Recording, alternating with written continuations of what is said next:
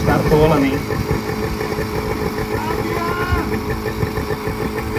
Je odštartované, Ilia je na trati, v tejto chvíli sme aj nakrotili kôš, ešte sa nám tak nepodarilo, máme tam nejaké tie problémiky, aj rozdielovač dobieha, vyzerá to tak, že prúdari budú na mieste.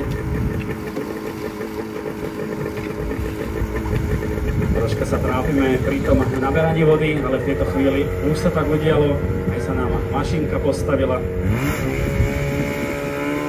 Posielame vodu do vedenia. Rozdielovať sa rozhodlo, že sa pohne. V tejto chvíli o malú chvíľočku verím, že budú zostraknuté oba terče.